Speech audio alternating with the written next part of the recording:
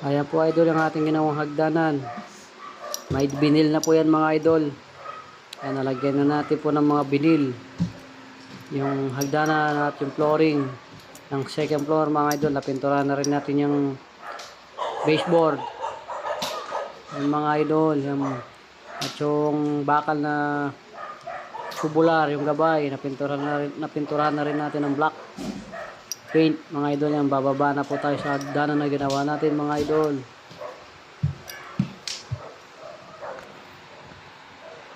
Yan, malinis na rin yung pintuan mga idol, na pinturahan na rin yan. Yan, pupulutin natin Coca-Cola.